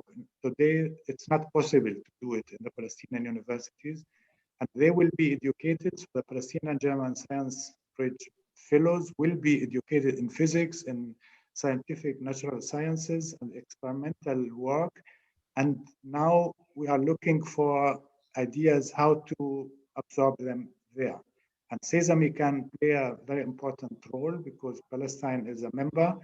And I'm not sure what methods, what ways you follow to connect these member countries. Maybe you wait until people are sending you proposals, but do you have any idea, any initiatives to connect some universities to have?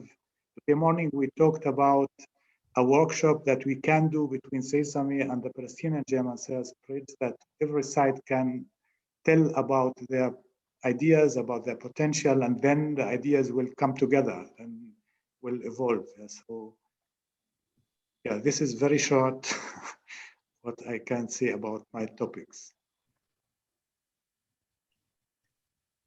Gihan, it's yours. We just did it for an example last week. So well, I feel very motivated and happy to hear that there are that the number or the percentage of the maybe Palestinians first, and then secondly, women Palestinian scientists that are seeking their way.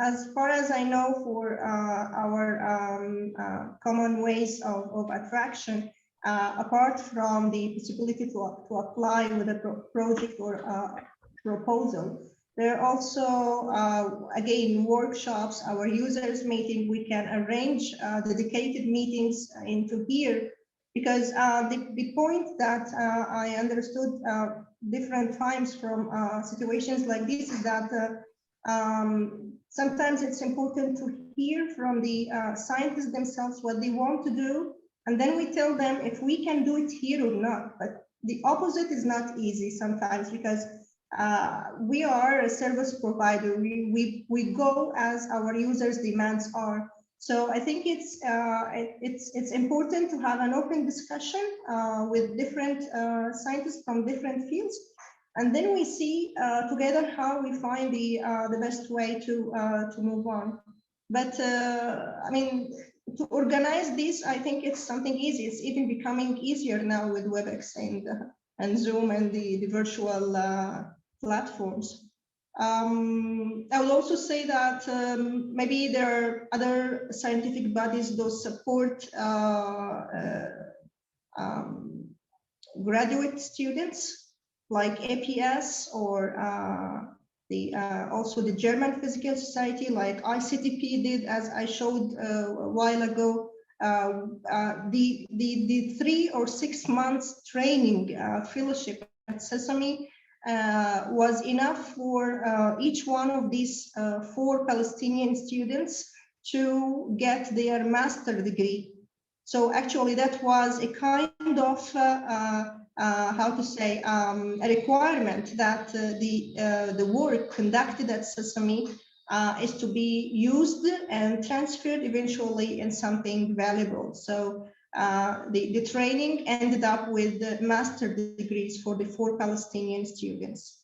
I would say that we need more of this kind of support, but rather than that, we will be very happy to collaborate. Important to make the students, the graduates, aware of the opportunity to do science at SESAME, because they are not users yet, but they can become users. Exactly. They can open their own research areas at universities funded by whatever, because funds are enough always. You need just the idea, and you need just the proposal need to be convincing. Sure. Therefore, I think we can cooperate on this level. Yeah, we can arrange a meeting for that, and also with my, I mean, because I'm working with infrared, but it will be also important to have my colleagues working with the material science and the exam X-ray beam lines, because I mean it's different for each application. Could we have maybe Bernard? So would you mind to discuss indeed a bit your experience as well in the Middle East, and potentially have some ideas? Because there was some question indeed for the high school for TANS content that could be as well of interest for you to answer. Thank you, Christine, and thank you, Gihan, for your excellent presentation on SESAME. I feel like a minority here, being an engineer and surrounded by great scientists. So chapeau to all of you, and thank you so much for the great work that you are doing. Many of the issues that you talked about, Gihan, and also that were raised during this presentation, we also addressing that in engineering, exactly the same issues. How do we get young engineers around the world to work together? 20 years ago, I started that Engineers Without Borders USA and Engineers Without Borders International, which is now in 100 plus countries, I think 102 countries.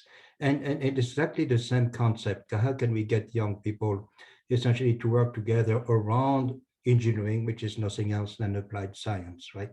And what we have found, like for instance, if I take Engineers Without Borders USA, more than half of our members are women. That's you know, I mean, compared to traditional engineering in the United States, it's about 18%. In our case, because of the nature of the work that we do together, it attracts a lot more women to engineering, a more compassionate type of engineering, more caring type of engineering. And to be frank, I mean, engineering in the past has not done a great job at marketing itself to women around the world. So I think that we are doing something really unique. I just want to bring to your attention some great initiatives that are going on in the Middle East. One of them you're probably familiar with. It's at the Arava Institute in the Negev. The Arava Institute is a subset of Ben Gurion University. It's way south into the Negev. I mean, it's damn hot there in the summertime. But they have classes around what they call environmental diplomacy. And where the classes are attended, that was before COVID, of course, by young Palestinians, by students from Gaza, by Israelis, by Jordanian, and by Egyptian live in the classroom to look more especially on what we call transboundary issues, you know, water. Last year I was in Israel and we ran a workshop supported by the US Embassy in Beersheba around a water basin. Here's an example where the water starts in Hebron, goes into Israel, goes into Bedouin communities, and crosses Gaza.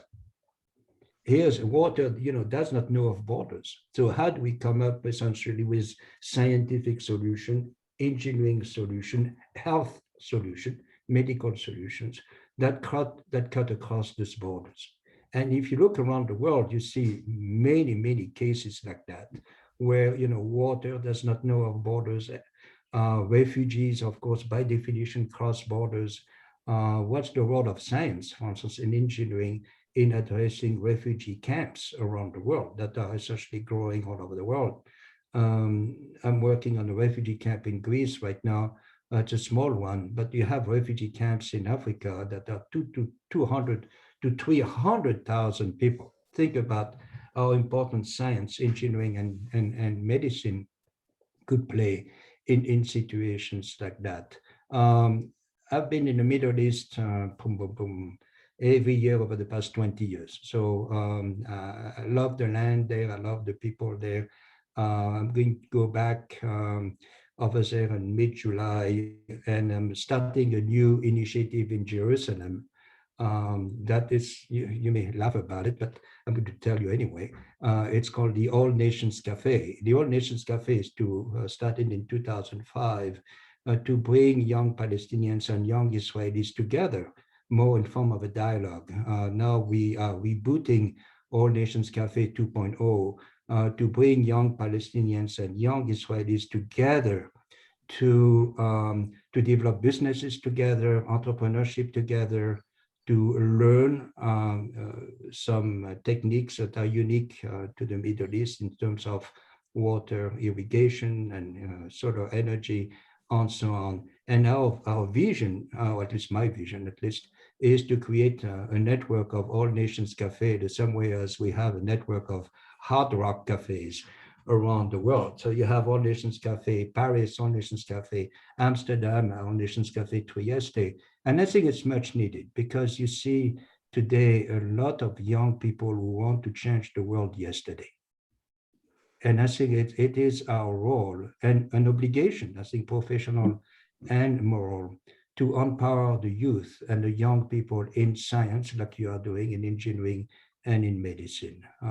One more remark, as a member of the National Academy of Engineering in the US, I'm part of a committee. It's called the New Voices in Science, Engineering, and Medicine, where essentially out of, I would say, 100 applicants, we are picking up 20 young people, the best of the best. Call them young, would be the young academy, if you want, right? And empower them to change the world. We are creating a platform so that young people can interact across the different fields of science, engineering, and medicine, and do something really unique. Is creating that platform. So that's just I wanted to say, and just admire the work that you are doing.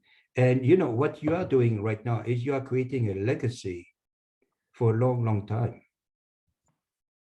I mean, the legacy I want to create is to create a peace industrial complex. Can we create a peace industrial complex in the world instead of a war industrial complex? It won't happen overnight. Like, you know, what you are doing, transforming the world through science won't happen overnight, but it's worth starting it. It's worth pushing the agenda forward. And I just admire the work that you are doing there. Bravo. Thank you so much. This engineering concept, I really like the concept as well. So Bernard, very nice. And this is also exactly what Zafra also has been pushing for all her life, potentially as well with the Malta conference as well foundation. So maybe it's a good link. Would you mind to discuss a little bit on that aspect, Zafra? And thank you so much, Bernard. I think there's so much follow-up that we can do, physics, engineer, yeah. And as well to mention the Physics Without Borders from the ICTP with Skate Check. So she was supposed to connect, but she had some difficulty as well, but she's involved. So you see, we have a global community for the Without Borders. And now peace and science diplomacy. So if we can finish by this aspect, that's going to be like we have a way forward, and especially homework to do as well. Well, we like, for instance, we have several of us have been pushing a new field of engineering called peace engineering. You know, peace engineering solutions. What's the role? How do engineers on a daily basis, since we applied science, integrate peace in our work? What makes an engineering project a peaceful project? In my opinion, it has to be good for the people. It has to be good for the environment. It has to be profitable, not greed, profitable, doing well by doing good. It has to create partnership, and it has to create peace. 5 components. And if one of those components are not there, I don't want to be part of the project. You know, really, I think those 5. What's peace engineering, right? What's peace science? And you'd be amazed to see how many young people are flocking to getting a certificate in peace engineering, even though they, you know, they may not do anything with a peace engineering certificate, but I know that they're going to do a much better type of engineering with that certificate than without. Then what is peace science? Another thing that I want to bring to your attention, since I have your attention here, is we're talking about science diplomacy, engineering diplomacy. How do we train diplomats in science and engineering? The same way, how do we train scientists and engineers in diplomacy? I know that ICTP has been doing that, but how do we train diplomats to make less, excuse me the term, diplomats to make less stupid decisions? You know, I'm nice, okay? I did not say stupid, less stupid, right? But I think it's maybe ICTP can look into it. I mean, do we put them in a room and get them through a boot camp of 4 days on about science and technology? How would we present science and technology to diplomats so they make some more intelligent decisions? I think this is a unique field there that could have huge consequences around the world. Imagine diplomats who say, okay, I'm going to integrate science into my decision making. So anyone interested, I would love to be part of. Somehow, maybe in all the grant that we write, you know, we need to think about getting those type of components. So that would be a good way. Maybe through the ICTP, it should be mandatory, you know. like to have a specification where you find that way to engage. Common denominator, yeah. Very nice. So indeed, so Zafra, what's your opinion on that? I mean, from everything that you have done towards what you hear now and what could be as well in the future. Thank you very much for asking me to talk. Gihan, it was an excellent lecture. I'm in Chicago. First time in my life I attended something at 7 a.m. in the morning. So it tells you how I respect.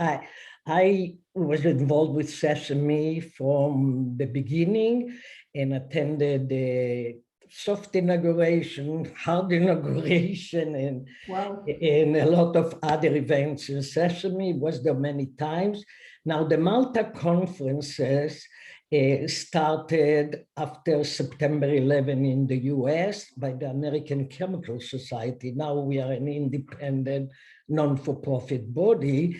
And the idea was to bring scientists from all the Middle East countries.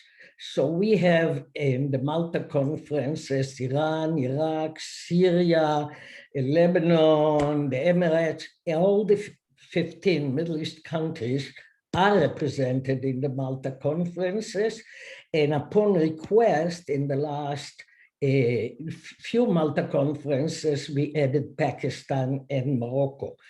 So they are not in the Middle East. And the idea is that if we can bring every time 100 scientists and students and Nobel laureates that are a very important component of the Malta conferences to be together for solid 5 days. Be together means staying in the same hotel, eating all the meals together, practically not moving from each other. Therefore, we are not allowing spouses or accompanying members to come, and it's by invitation only. And as a lot was discussed here, water, energy, for sure doesn't know border. Those are very important workshops. We have a lot of collaboration. I just returned from the area, and I must say that I was very proud that I could have a meeting between the Israelis and the Palestinians, sitting together because it was immediately after the Gaza war, and still planning for Malta conference that will take place in December. So we work closely with the Amadei Institute, as Bernard mentioned. The new head of the Amadei Institute is a participant in Malta since its inception. And we had the Malta conference in 2009 in Jordan. So by invitation, the whole conference visited the SESAME. So we can see we have many members that work for SESAME and are coming. The idea is if we can have all these people together, develop collaboration, we are one step closer to peace, because peace will start with people to people. And the scientists have the responsibility and obligation to be the leader in that, because no war can be handled without scientists. Weapons of mass destruction are designed by scientists. So we should change the direction. And I must say that Ada Yonat attended all the last 6 Malta conferences and will attend the next one. We have 16 Nobel laureates in our workshop, and it's very important in encouraging students to be able to sit and eat breakfast or lunch or dinner with several Nobel laureates. So it's both raises the level of science, but the most important is the people-to-people interaction. At the end of the 5 days, you would think that it was a family reunion. Everybody hugs each other, tears in the eyes, saying goodbyes. On water, we have many collaboration between the countries. We are having in between mini Malta conferences in the region. We had conferences, we had workshops for graduate students in the region, in Jordan or Egypt. And we have now 700 scientists in the workshop. And when I saw the Palestinian coming to Israel, that I could have both the Israelis and the Palestinians together. I'm not talking about the ones that live in Israel. They for sure were there, but the ones that have Palestinian passports.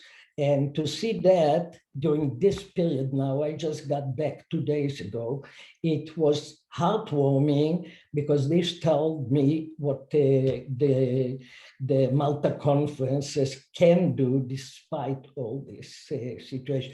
We have, by the way, as a result, an agreement between the Weizmann Institute and Al-Quds University for Weizmann to accept Al-Quds graduates for PhDs at Weizmann. And we had a Palestinian spending a sabbatical at the Weizmann Institute as a result of that. So I think all these people that are staying for 2 hours or longer on this webinar, all of us are committed to science, diplomacy for peace, and really we should work together and know what all of us do. I happen to work with the Arava. I lectured there many times. I happen to work with SESAME since its inception. And I think it's important that all the people that want to achieve the same goal, that we have more meetings like that. And Christine, thank you very much. You're the only one that could catch me at 7 o'clock because I go to sleep only 2 or 3 o'clock. And I think we should all coordinate our effort. I was listening to Bernard talking, and I thought we should know what each other are doing because we are very involved with the Arava. And with all these institutions, there is AllMap, what is it, Alliance for Middle East, I never remember all the initial, we are a member of this AllMap. So I think it's important to get the players together because with that we can really form a critical mass of scientists that want to form a chain reaction for peace. So thank you very much, Christine, for letting me, I'm a chemist, but I must say that I got suddenly involved since I got the Andrei Sakharov Award from the American Physical Society. I got involved with the International Physics Forum and the American Physical Society. So thank you very much. And if anybody has any question, my email is my name. It's Zafra, Z-A-F-R-A, at Zafra Lerman, Lerman.com. And I would love to be in touch with all of you. Very good. And I put the website as well for your foundation as well in the chat box for the attendee as well. And what you were saying was really resonated as well with what Anna Yona sent me as well with the SESAME project initiative back in 97 with the summary as well. So all those archives that she sent, there is a list. So all the people gathering, in this case in Torino, as you were mentioning, Gihan, and then as well for a scope, they came out with a list of action items. And this is something which is interesting, liking deliverable and being more also on the engineering side, project management. How can we make it a success story, new success story with the right people as well, knowing, for instance, where different students could be engaged, what different topic could be interesting, where funding as well can be coming into play, and industrialize it, and with the industry as well. So this kind of ecosystem that could really come to a very fruitful, action, for peace, but peace through science. Yeah. So very good. And Alan, I mean, sorry, you want to say something? There's another great initiative that some of you may know about. It's in Kathmandu. It's called ICIMOD, ICIMOD. It's a consortium of 8 countries doing science around the Hindu Kush Mountains and the Himalaya Mountains. And you should look into it. It's just a fantastic program. So ICIMOD, don't ask me the meaning of the acronym again. And they are addressing science and engineering around the Himalaya Mountains and the Hindu Kush Mountains. This is sometimes called the third pole. You have the North Pole, the South Pole, and the Himalaya Pole. And they are really concerned about it because of climate change. You have about 2 billion people on our planet who depend on water from the Himalaya Mountains. And any climate change would have a huge impact on countries. So 8 countries going from Afghanistan, Pakistan, Bangladesh, India, Nepal, Myanmar, China, I probably missed one of them, Bhutan also. Look at ICIMOD, ICIMOD. It's a really good example, and its funding comes from the 8 countries.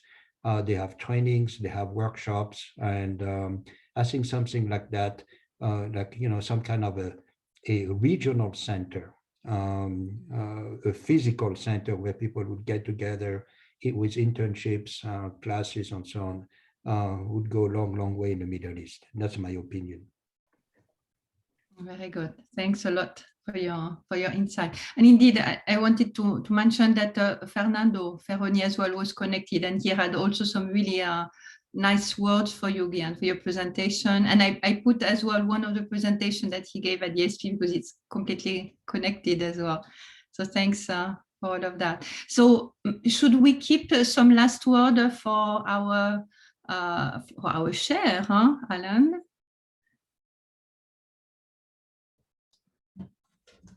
Because indeed, well, thank you. We take over time. I'm sorry, but it's so fascinating, and there's a lot. But we always can sleep less, isn't it? We sleep when we die. You know, at the end of your colloquia in Physics Matters, Christine, I've noticed that's when the fur flies. That's an Americanism that means that's when the ideas start to coalesce and begin to be discussed, and that's what I'm hearing here today. The American Physical Society made a commitment in 2017 for international outreach, and that, by the way, was under the presidency of Laura Green, who was with us during this presentation today. And now the APS is working with the Forum on International Physics and other entities to develop an implementation plan for this commitment. It's very clear to me, especially after hearing some of the comments today, that APS needs to partner very heavily with the German Physical Society, the Malta conferences, the American Chemical Society, and so on, in order to accomplish anything of significance. And that's what my thinking is after hearing this very pleasurable discussion today.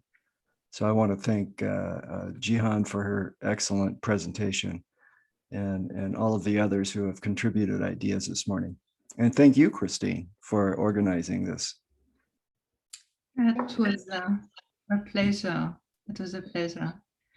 I'm just sharing the screen. Oops, is it the right one? I'm not sure. The screen with the next presentation. Is it what you see? Or yes. Voilà, very good. So with so that just also not to forget the spirit as well of those physics matters, because we need to have a lighter mode. So now we'll try to find harmony with the real harmony as well, the language, back to understanding with music as well, and Eliane, how the music of physics works. So this is going to be in exactly 1 month from now. So we invite everybody as well to connect. Then it's going to be a live colloquium. So this time from Tel Aviv. And I think it's connecting all the field of physics and beyond. So indeed, chemistry, as you said, with the structural biology, or anything that makes an understanding on how to have a better world and a peaceful scientific world into development. So I just finish sharing with that one. And indeed, so we are we'll be happy to have you as well answering the survey that I sent you earlier, and you will see, we will receive it as well by email. Put some ideas as well, what we have discussed today, for instance. It will be really good to have it as well in writing. And then, as Alan was mentioning, we'll take so the essence of all of that to try to bring up some deliverable for the APS, and try to find ways to better connect and to try to connect this physics and scientific world, so beyond what is